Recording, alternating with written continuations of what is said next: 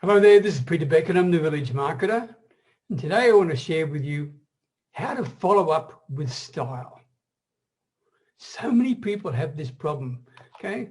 They don't know what to do and they're caught in a no man's land after an initial discussion and the prospect doesn't respond. What I want you to do is this. I want you to stop saying when you call them, hey, I'm just checking in.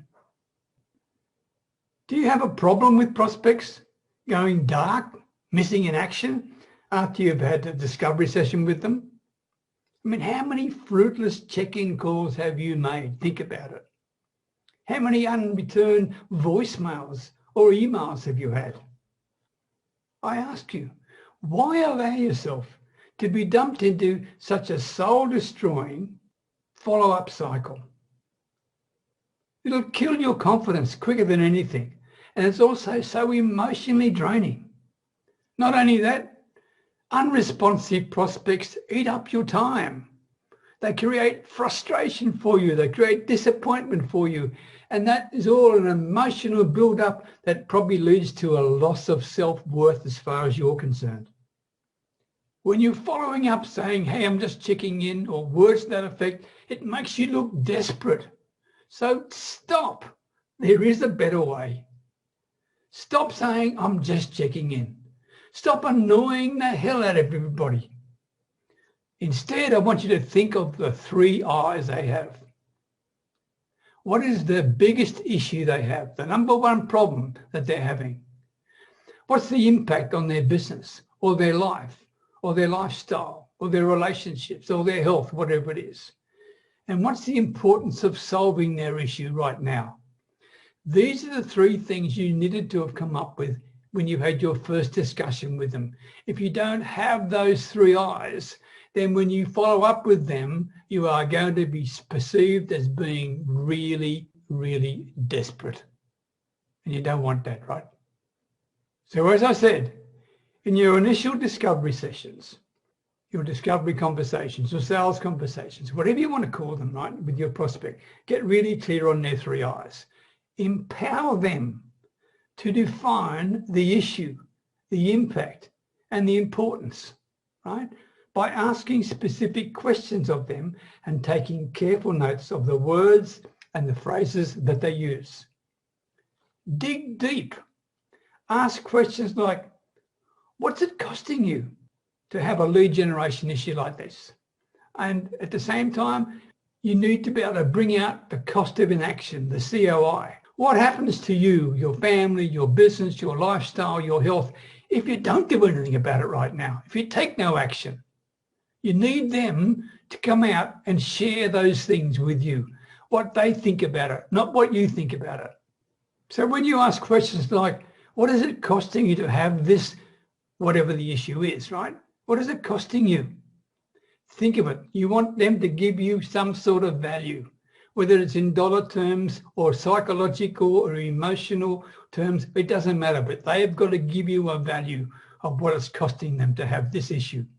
Then you can say, if we could solve this issue, what is the value you see being added to your bottom line?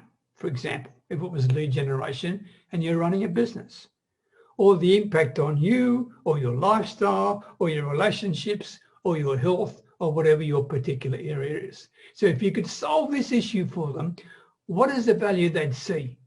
And you need them to give you the answer. It's critical that they need to say it. They need to share the value with you. Because if they say it, they believe it. And if they believe it, then you've probably got a good chance of getting them as a client. However, in your enthusiasm, if you say the value, they're not going to believe it at all. They'll think it's part of some sales pitch, right?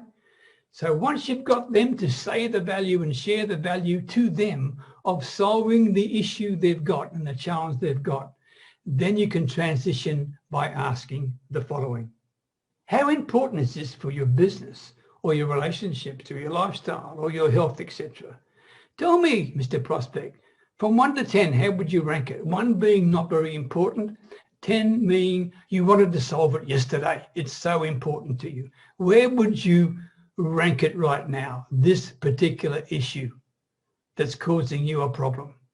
And you get them to rank it, all right? And if it's 5 or less, it's not that important, is it, right? And you could say to them, if it's only 5 or 6, then that's really not your number one problem. Am I correct with that? Because if that's the case, what is the number one problem when it comes to your health issues or your lifestyle issues or your business issues or your sales issues or your relationship issues or whatever your niche is? I'll give you a key tip here. Once you've uncovered their thoughts on their issues and impacts and importance, if they need more time to make the best buying decision for them, hear what I said, to make the best buying decision for them, this is the real value you can give to them.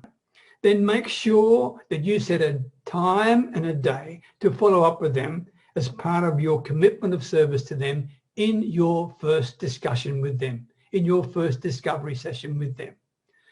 Do that as part of your service to them, as part of the way you are providing your commitment to solving their problem with them. Once you've done that, then you can follow up with style, right? And you can say, "Hi Mary, this is Peter. I haven't heard from you in a while. I presume you've solved that," whatever the issue is, right? That you shared with me. And you be specific with that. And if Mary says, "Yes, we've solved it," well then, well and good, okay? But you've followed up with a purpose, okay? If she hasn't solved it, you'd say, "Mary, let me get this right. Are you saying you haven't solved your whatever the problem is yet? If not, is this still a problem for you?" When you do it that way, this is the perfect way to follow up with potential value and relevance, okay? It's really, really easy to do it.